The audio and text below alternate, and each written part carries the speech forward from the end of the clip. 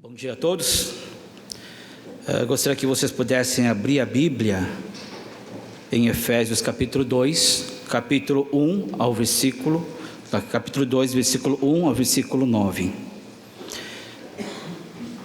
Efésios capítulo 2, do versículo 1 ao versículo 9. Estarei lendo os versículos ímpares. Eu gostaria que a igreja pudesse acompanhar lendo os versículos pares.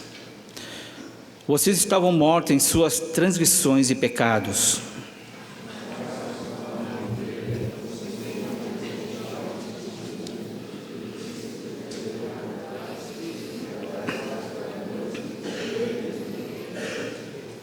Anteriormente, todos nós também vivíamos entre eles, satisfazendo as vontades da nossa carne, seguindo seus desejos e pensamentos. Com os outros éramos, por natureza, merecedores da ira.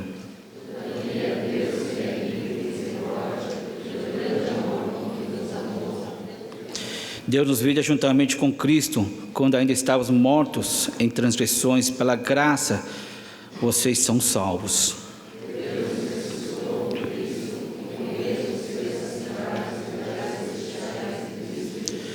Para mostrar nas eras que hão de vir a incomparável riqueza da sua graça, demonstrarem sua bondade para conosco em Cristo Jesus.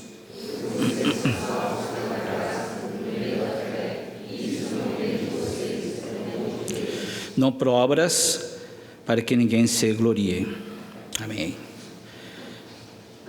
Estarei iniciando uma série chamada É Preciso Ter Fé. E a Bíblia menciona vários aspectos, ou vários diferentes contextos, onde a palavra fé foi usada. E hoje eu gostaria de tratar a fé no contexto de salvação. Eu sei que vocês já ouviram e já estão anos com a certeza da salvação, a certeza da fé que nós temos em Jesus Cristo.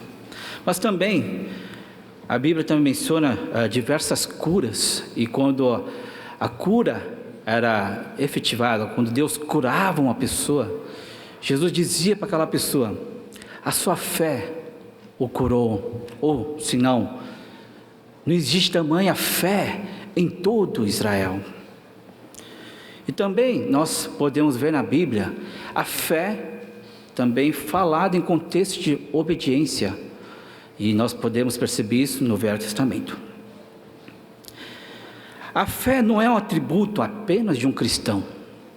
Se você olhar ao redor, a fé faz parte do ser humano.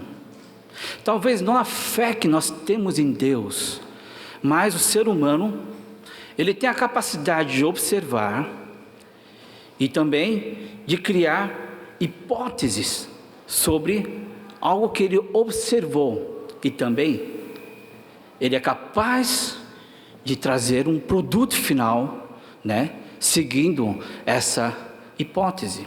Por exemplo, o homem não poderia voar, isso 100 anos atrás, mas uma pessoa, ao olhar um pássaro, ele chegou à conclusão: nós podemos voar.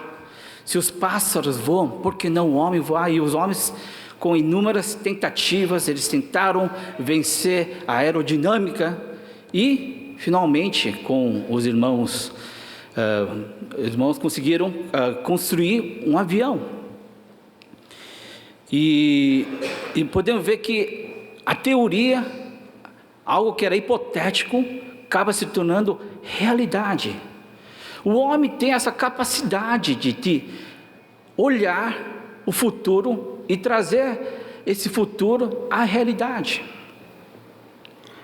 Não somente isso, também as pessoas que passaram por uma dificuldade, por exemplo, os judeus que estavam no Auschwitz, quando estavam sofrendo na mão dos nazistas, para que eles pudessem aguentar todo aquele sofrimento, eles mentalizavam, eles criavam uma hipótese de que não, isso um dia vai terminar. O que estou passando vai ser apenas momentâneo. Eu sei que dias melhores virão. E muitas das pessoas que passaram por aquela calamidade do Holocausto, eles conseguiram superar a realidade e, com a fé que eles tinham, que um dia virá a salvação para eles, a liberdade para eles, foi conquistada. E sem mencionar Jesus Cristo, e sem mencionar a fé bíblica, os homens são capazes de realmente dominar a fé. Mas fora hipóteses, e nem pensamento positivo, a fé que a Bíblia fala, e a fé que está escrito aqui, nos versículos 8 a 9, pois vocês são salvos pela graça, por meio da fé, isso não vem de vocês, é dom de Deus, não por obras, para ninguém se glorie. Essa fé não é a fé de que você pode fazer algo, não é um pensamento positivo, mas a fé, acreditar que existe um Deus único. Esse Deus criou o ser humano para viver em unidade com esse Deus. Mas essa unidade foi interrompida pela rebelião do ser humano em querer viver conforme o seu querer. E para que a humanidade volte a viver a unidade e a eternidade com o seu Criador, veio o intermediário, que é o nosso Filho Jesus Cristo. E todo aquele que crê na obra de Jesus será salvo. Essa fé que nós temos, a fé na obra de Jesus. Que obra foi essa? Uma obra que vocês já sabem, que vocês já exercem essa fé nas suas vidas, mas eu vou repetir, para que aquelas pessoas que não lembram, possam lembrar da sua fé. Qual foi a obra de Jesus? Que Ele levou na cruz, Jesus levou na cruz toda a ira de Deus, ou seja, os nossos pecados, e Ele permitiu um caminho, o acesso para o Pai.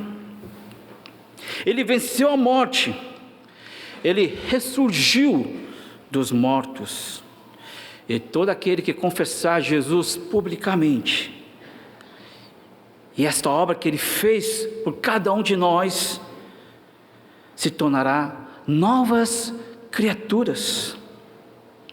E não somente isso, como nova criatura, nós almejamos a segunda vinda de Jesus, para que a salvação seja completa, para que nesse dia, eu e você, possamos receber uma natureza incorruptível, e viver eternamente com Deus. Essa é a nossa fé, esse é o resumo, esse é o nosso credo apostólico, onde nós baseamos toda a nossa crença. Pois vocês são salvos pela graça por meio da fé.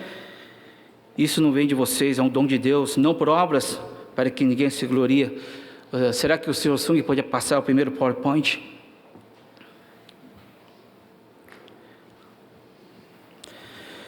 Deus redime o homem de modo totalmente a par de seus méritos pessoais, porquanto a salvação vem exclusivamente pela fé, independente de obras.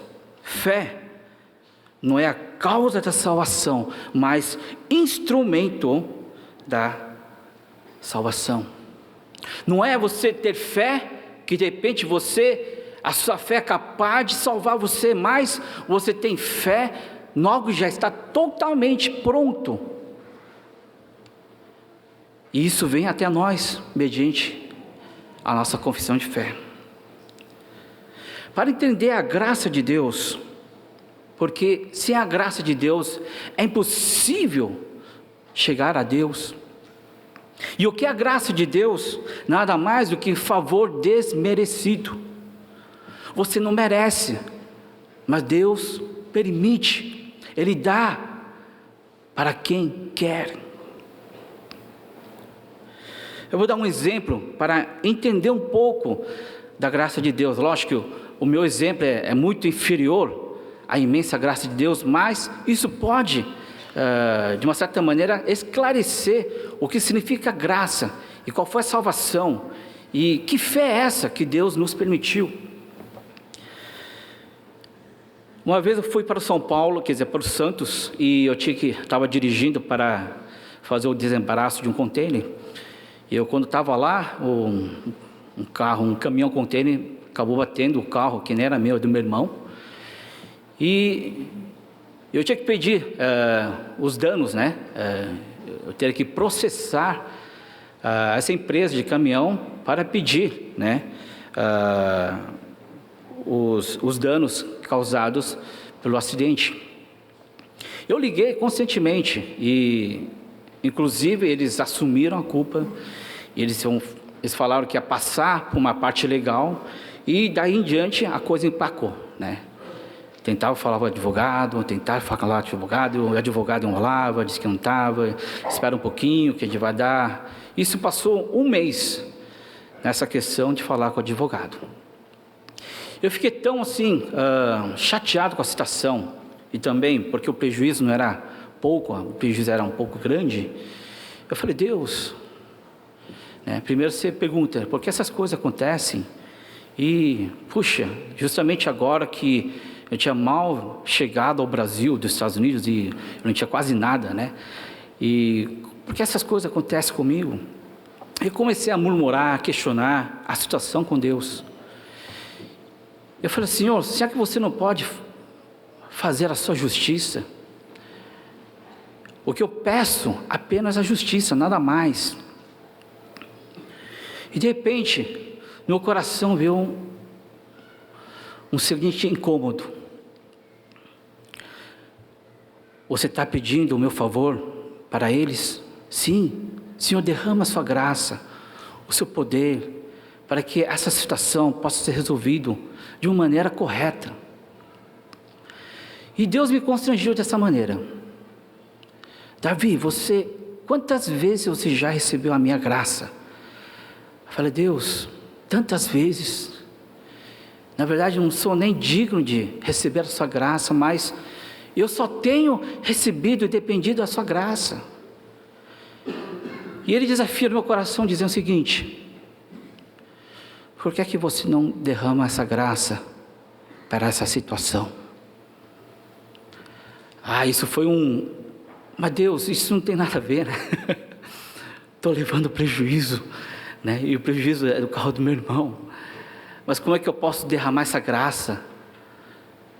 Simplesmente Deus fala, olha, a graça que você recebeu, você não foi perdoado, você mereceu esse perdão, essa salvação? Não. E por que você não experimenta derramar dessa graça para essa empresa? E esquece. E ponto final. Foi mais 2 semanas de amargura e tensão no meu coração, de como resolver essa questão, e eu resolvi, ao final, obedecer e colocar um ponto final nessa história. Não ligando mais, nem mandando carta, né? Tinha um amigo advogado, e eu liguei para o meu advogado e falei, acho que não vou mais processar essa empresa. Ele falou, como não? Você tem todo o direito, você pode ganhar, você tem que fazer, né? Esses crentes aí deixam tudo na misericórdia de Deus. Eu falei, não, eu resolvi, ponto final. Ponto final.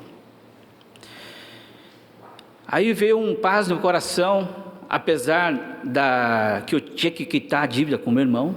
Pouco a pouco eu acabei quitando essa dívida. Mas interessante que essa empresa parece que cresceu, prosperou. E toda vez que eu vou na estrada, eu vejo esse caminhão, né? Essa bendita empresa. Eu falei, Deus, eles estão ganhando a custa Mas na hora, sabe o que lembra? Davi, você perdoou. Tem dia que eu pego a estrada, vejo 5 caminhões daquela empresa. E toda vez que eu vejo aquele caminhão, eu lembro, os caras. Aí, subitamente veio no meu coração, você já perdoou. Você resolveu dar graça. E quando vou a ponto de novo lembrar daquele incidente, eu lembro da graça de Deus. Eu lembrei que resolvi perdoar. A mesma coisa acontece você quando aceita Jesus. A sua fé foi garantida por Jesus. E o acusador, ele chega, olha só Deus, quem é o acusador? O diabo. Olha só Deus, aquele filho, aquela filha que considera ser filho de Deus, está pecando. Olha só a atitude dessa pessoa, ele não merece ser salvo. E naquela hora, Jesus vem e fala: está pago, já está resolvido. Deus não vai ficar mais na ira contra essa pessoa. Não adianta você ficar lá no ouvido de Deus, que Ele não vai dar mais atenção para aquelas pessoas que realmente aceitaram Jesus. É a mesma coisa, as pessoas podem falar: Davi, você tem que pedir esses danos precisam ser ressarcidos. O advogado falou: Davi, você precisa clamar para o seu direito. Aí eu posso falar: não, ponto final. Eu sei que você conhece a lei, você tem o pleno direito de convencer para que eu possa tomar uma ação contra essa empresa, mas eu resolvi perdoar, ponto final. E as pessoas que vêm falar comigo: Davi, você tem que fazer, eles já desistem. Por quê? Eu já decidi não condenar essa empresa. Da mesma maneira, Jesus, Ele faz a mesma coisa por nós. Muitas vezes a salvação, a nossa fé, é obtida tão facilmente, simplesmente fala sim, mas nós não temos a ideia, a dimensão do que esse sim significa na minha e na sua vida. No momento que você disse sim a Jesus, Jesus é o seu intermediador. E toda vez que o Satanás, toda vez que o diabo, que significa acusador, apontar o seu pecado,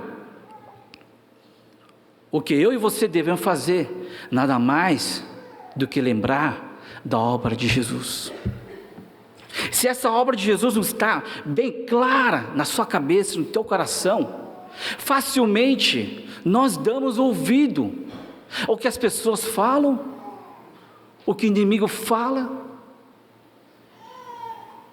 e o que vem é dúvida, eu não tenho mais certeza do que eu creio, eu fico vivendo não como filho de Deus, mas um filho bastardo de Deus, não sou, parece que sou um parente distante de Deus, mas não, foi garantido,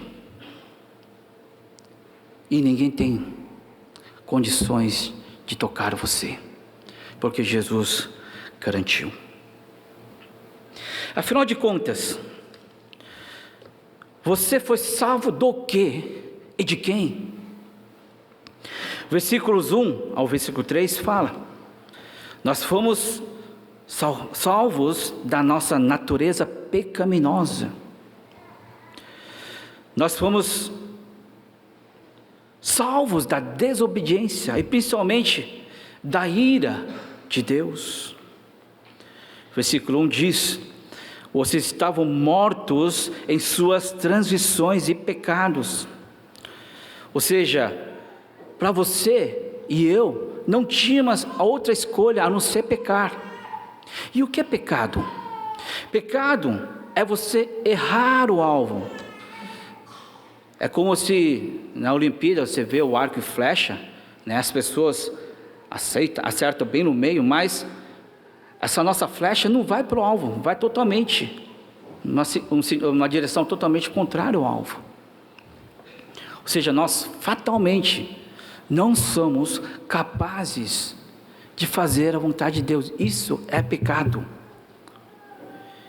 E falam das suas transgressões. O que significa transgressão? Significa, a palavra grega paraptoma, é a ideia de dar um passo falso que produz queda. Ou seja, não somos capazes de cumprir os mandamentos de Deus. Enquanto o pecado, a amartia, nós erramos o alvo. Não somente erramos o alvo, mas nós não somos capazes de obedecer à lei de Deus. E não somente isso, isso faz com que nós vivêssemos no estado de desobediência. No versículo 2, nos quais costumavam viver quando seguiam a presente ordem deste mundo e o príncipe do ar, o espírito que agora está atuando nos que vivem na desobediência. Ou seja, nós, juntamente com Satanás, nós nos unimos para ser contra Deus. Não é Satanás, convencendo a gente para pecar. Não, nós estamos unidos com Satanás, contra Deus. Isso quando você ainda não conhece Jesus. Nós vivemos a mesma condição que o inimigo. E consequentemente, isso vai trazer o quê? Versículo 3 anteriormente, todos nós também vivemos entre eles, satisfazendo as vossas vontades da carne, seguindo os seus desejos e pensamentos, como os outros, éramos por natureza merecedores da ira. Ou seja, os nossos desejos, as nossas vontades, os nossos pensamentos, tudo isso não agradava a Deus. Portanto, quando você aceitou Jesus, do que nós fomos salvos? Nós fomos salvos da ira de Deus. Que mais? Essa ira foi transferida para Jesus na cruz. E de quem nós somos salvos? Do diabo? Não. Nós fomos salvos de nós mesmos. Você foi salvo da sua limitação, da sua pequenez, da sua vontade de pecar.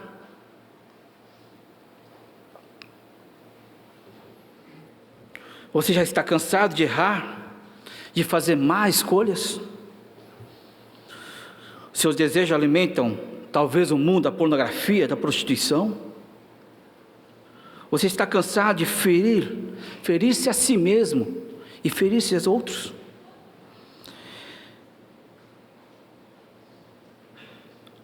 O seu vício está destruindo a sua família, a sua dignidade, a sua esperança? A sua mentira já não sustenta os relacionamentos? Nós fomos salvos da nossa natureza pecaminosa. E as boas notícias, nós podemos ler no versículo 4 ao 7, todavia Deus, que é rico em misericórdia, pelo grande amor com que nos amou, deu-nos vida juntamente com Cristo, quando ainda estávamos mortos nas transgressões. Ou seja, quando a gente estava mortos nas transgressões, Jesus, quando a gente não tinha saída, Ele veio para salvar para salvar você. Portanto, para que eu possa falar das outras fés, a primeira fé que você precisa estar consciente, e eu sei que vocês já sabem, mas eu estou falando para aquelas pessoas que se esqueceram de que significa fé. Fé no quê? A salvação. Ou para aquelas pessoas que nunca ouviram sobre salvação, eu fiz um resumo do Evangelho. Mas agora que vem a parte mais importante, eu quero examinar a minha e a sua fé. Eu vou fazer algumas perguntas, vocês não precisam levantar a mão, mas fale com o seu coração. Se eu perguntar a vocês, todos vocês creem que Jesus é salvador das suas vidas? Eu tenho certeza que você vai falar por dentro, sim. Acho que essa pergunta não tem nenhuma tanta problemática, ou seja, é uma memorização, ou talvez até uma criança de 5 anos, quando a gente perguntar, eles falam sim. Mas vamos ver essa segunda pergunta. Uma pergunta que muitas pessoas faziam quando era adolescente. Se você morrer hoje, você tem certeza que vai para o céu? Aí você fica assim, opa, não é? Por dentro. A primeira pergunta você falou sim, e a segunda, tem mais, terceira pergunta. Como você tem certeza que você foi salvo? Como é que eu sei que eu tenho a salvação? Será que nós somos capazes de responder essa pergunta? E por último, como é que está a sua fé hoje? Está condizendo com a primeira pergunta? Todos creem que Jesus é Salvador de sua vida? Vocês vão falar sim novamente. Mas se eu perguntar a você, como é que está a sua fé? É fácil responder? A gente vai ficar balbuciando. Não é bem isso. Mas não, né?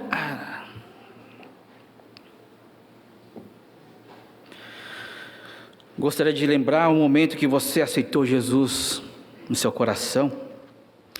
E também observar algumas evidências que podem ser enganosas. Por exemplo, a primeira é memorização.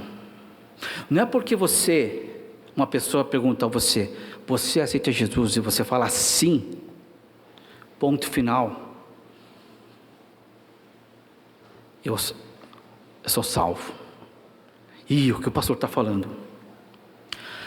Uma pessoa que estava na igreja, ele tinha dúvida acerca da sua salvação. Ele foi buscar um pastor. Pastor, eu estou há muito tempo na igreja, mas eu tenho dúvida acerca da minha fé e da minha salvação. Aí o pastor pergunta, a mesma pergunta que eu perguntei a vocês: você crê que Jesus é seu Salvador? Sim. Aí o pastor faz a segunda pergunta: você tem certeza disso? Sim. Então você está salvo. Agora essa coisa que está na tua cabeça é coisa do inimigo. O inimigo está querendo tirar sua fé. Será? Será que você falar de boca para fora é suficiente? Segundo lugar, sentimento. Muitas vezes nós aceitamos Jesus porque aquela música, aquela coisa que ele fala no teu coração bem forte, e aquela pessoa de repente falou: você aceita Jesus? E de repente deu vontade de levantar a mão e falei: eu aceito Jesus. Mas basear a sua salvação em emoções pode ser muito perigoso. Tanto é que nos leva a aceitar Jesus 2, 3, 4, 5, 6, 7, 10 vezes. Por quê? Porque você baseou a sua salvação nas suas emoções. Não, agora é verdade, não é? Quantas vezes você já aceitou Jesus? Acho que no mínimo 3, né? Eu também aceitei Jesus um monte de vezes.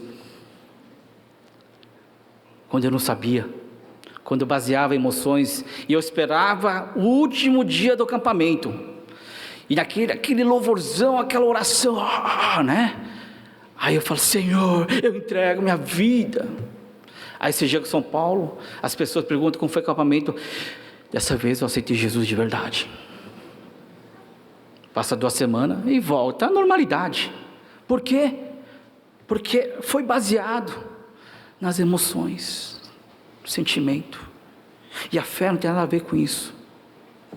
Não depende da sua condição. A salvação não vai sumir, não é Deus que, opa, eu vou dar salvação, não, eu vou dar, não, Deus não fica brincando com a salvação, foi dado e será para sempre.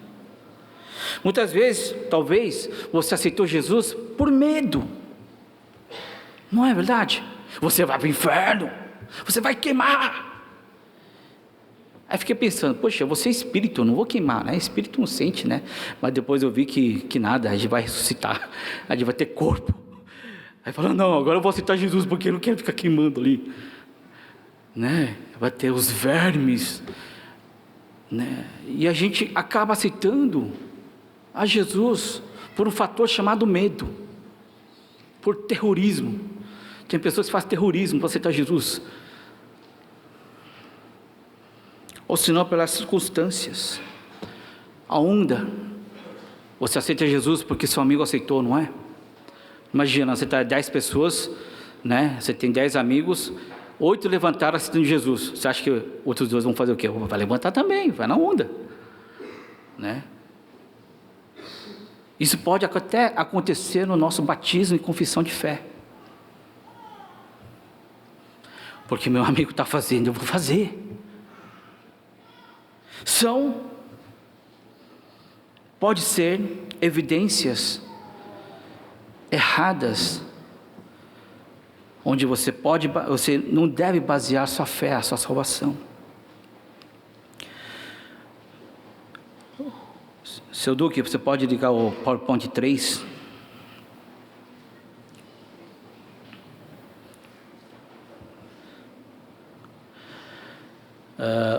O outro, depois você pode voltar esse. Isso, esse mesmo. Não aprendemos a pensar, observar, argumentar, portanto não sabemos organizar nossos pensamentos, muito menos expressá-lo por escrito ou mesmo falando. Eu sei, mas não sei dizer, eu sei, mas não consigo escrever isso.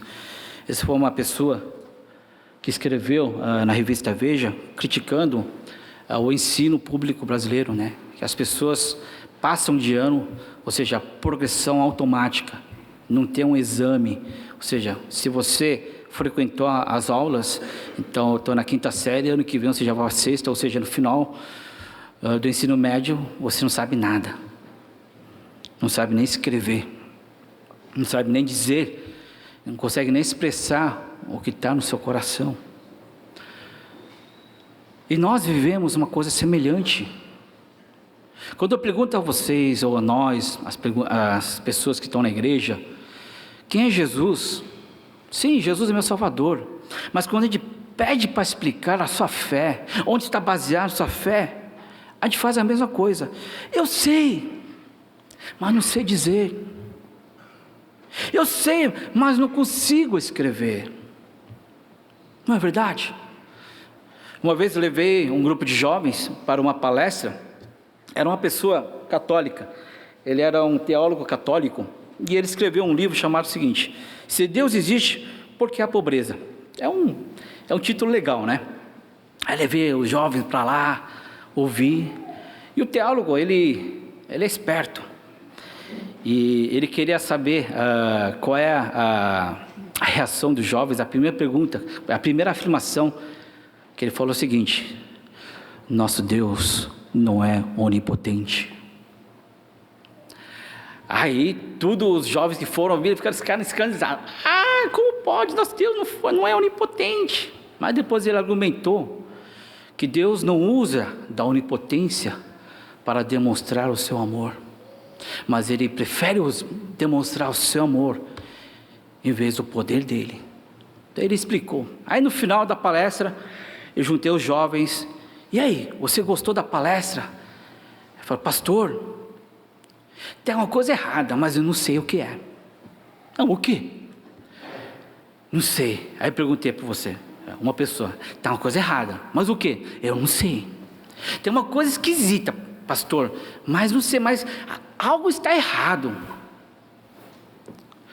Eu fico pensando, será que essa também será a realidade dos pais, dos jovens? Ou será a realidade da nossa igreja, da nossa congregação também? De falar quem é Deus, falar quem é a sua fé, onde está baseada a sua fé, que salvação é essa? Será que nós somos capazes de explicar? Sim ou não? Responda por dentro.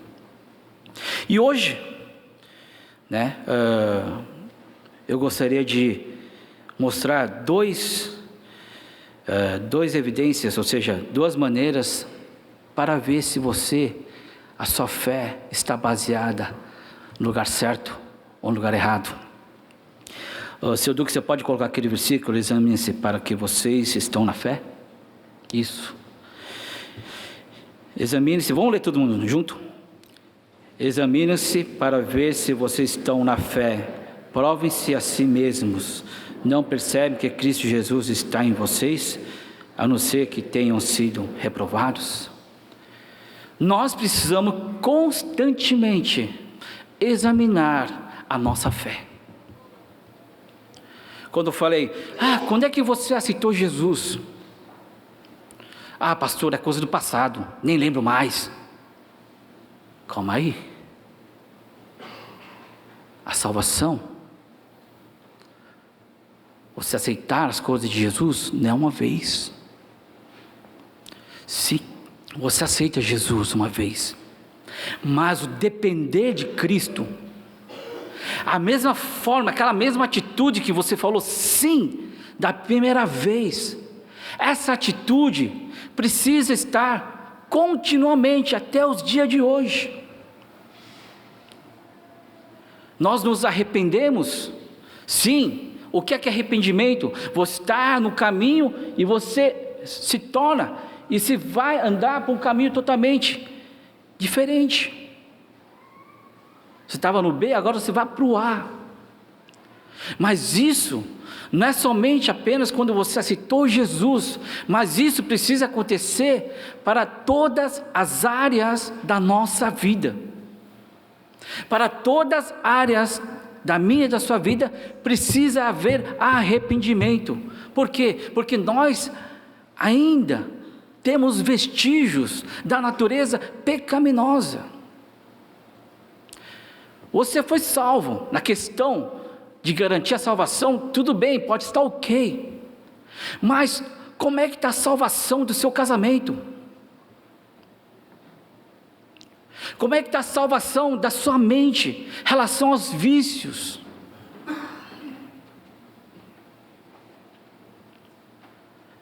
Se você está no vício, você aceitou Jesus, um pé parece que está no céu, mas outro pé está no vício.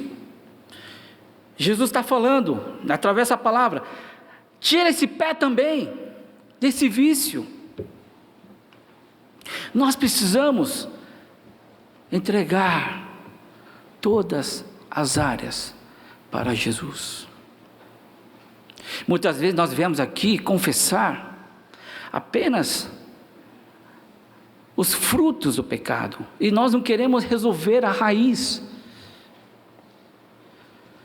Por que será que estou mentindo? Por que às vezes eu quero dar vontade de trapacear?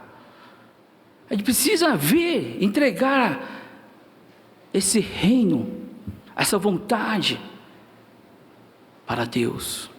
Mas isso não acontece uma vez no passado, quando você aceitou Jesus. Isso precisa acontecer constantemente. Não é uma obra acabada ali.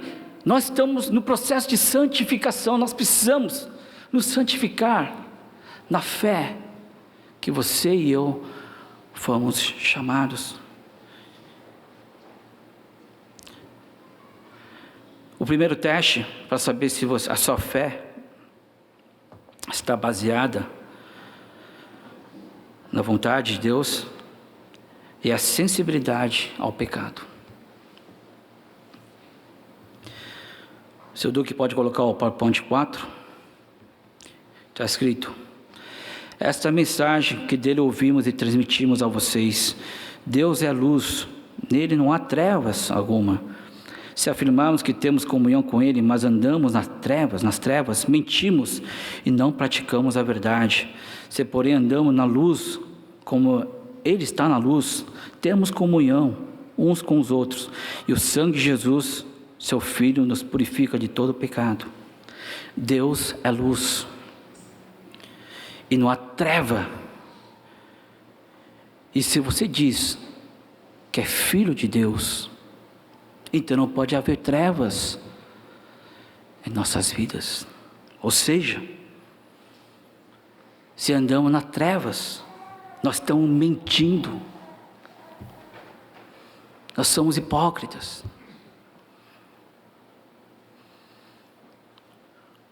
Com qual tipo de pessoas você anda?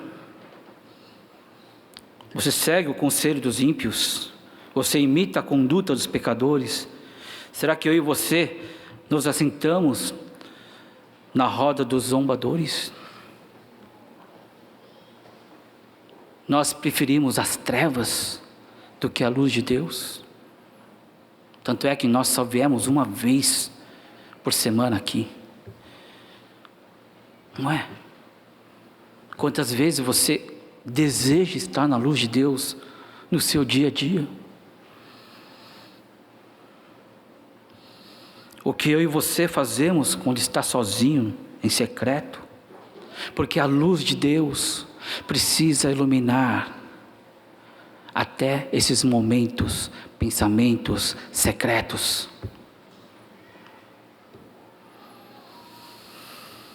Qual foi a última vez que você chorou por causa do seu pecado? Fala assim: Deus,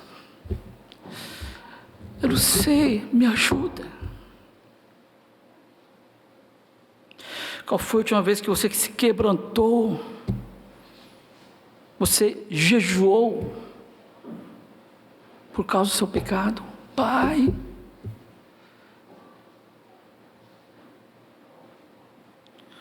ou vocês não sabem do que estou falando? Que é pior ainda, né? O rei Davi, ele não foi uma pessoa perfeita, mas ele soube lidar com o seu pecado. Ele não soube, até que o Natan acusou o pecado dele. E a atitude do rei Davi é que ele molhou a cama dele com as lágrimas, pedindo misericórdia de Deus. Pai, como é que eu posso ser rei, sendo assassino, sendo adúltero? Tenha piedade de mim. Senhor, dá mais uma chance. Não é aquela, me dá uma chance, estou perdoado. Não é assim. A atitude dele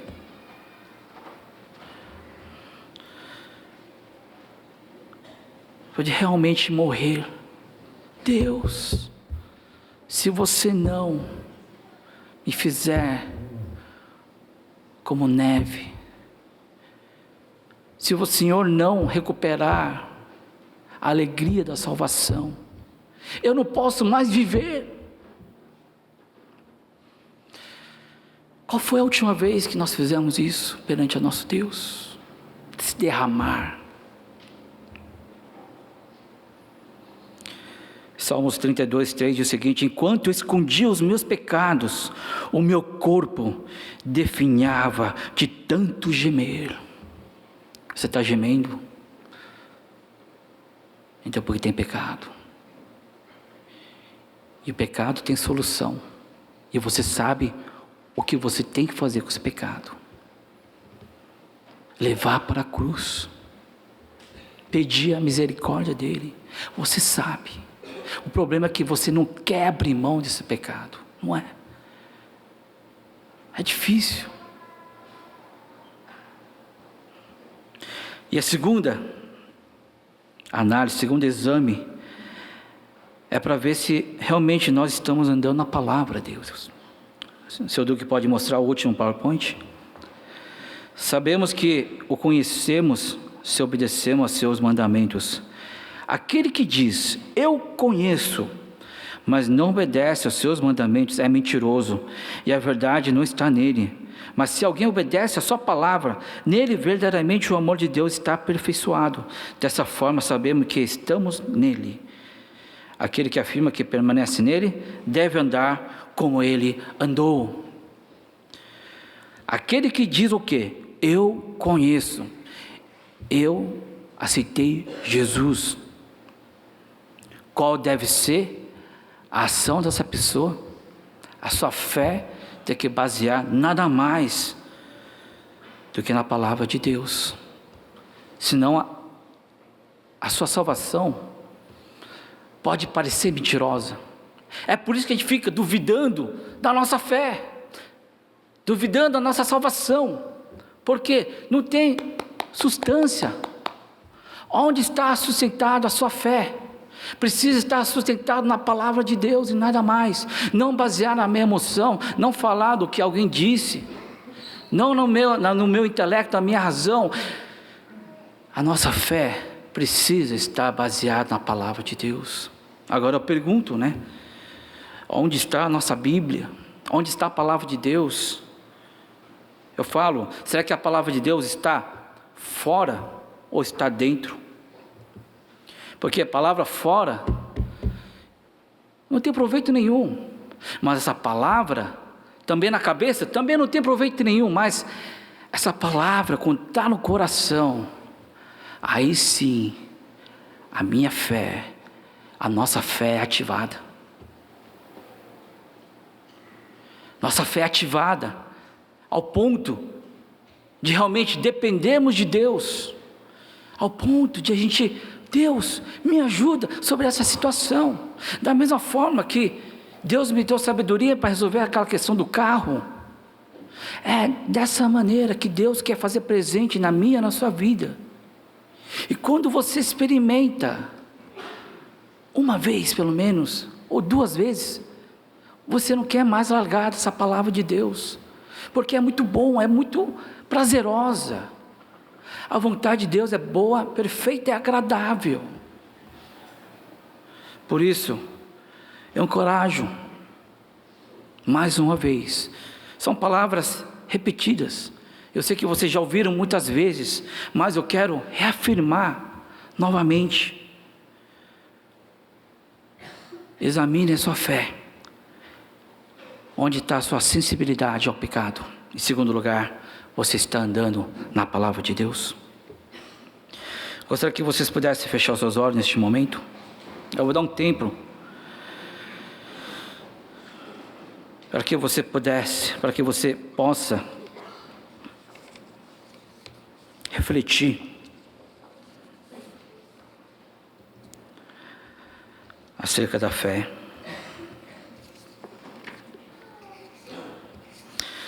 Se você nunca ouviu falar de Cristo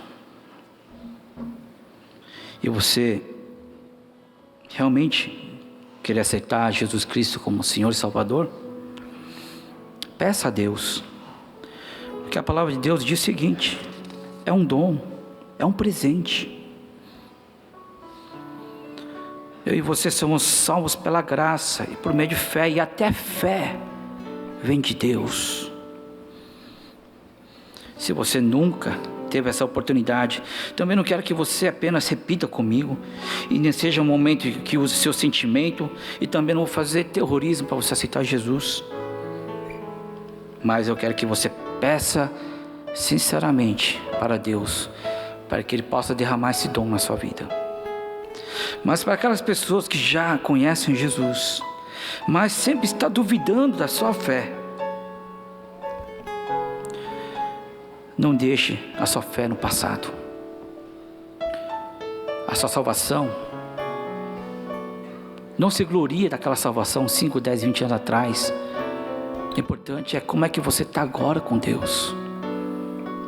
Aquilo foi um começo, foi legal, foi bom, foi proveitoso, mas muito melhor é agora, de como você está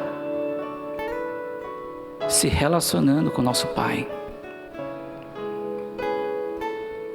Não é pedir perdão uma vez, o quanto for necessário, com coração de arrependimento, a nossa atitude.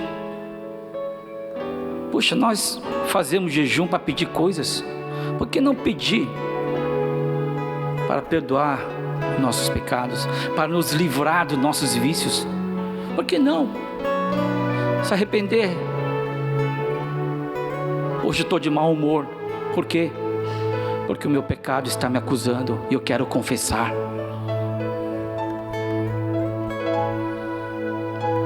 Abra sua boca para Deus.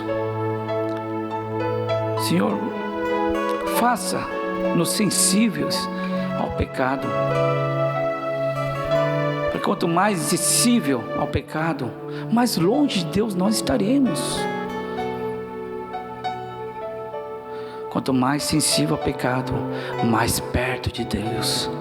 E nós sabemos o que fazer com essa situação.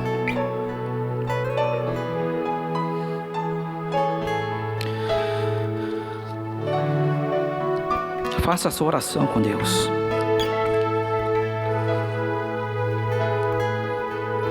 Faça a sua decisão em Deus.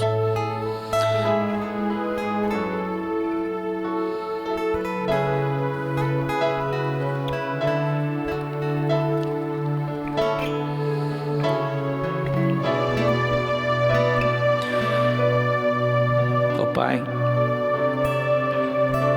queremos ter fé. Não a fé morta, uma fé cheia de dúvidas, mas uma fé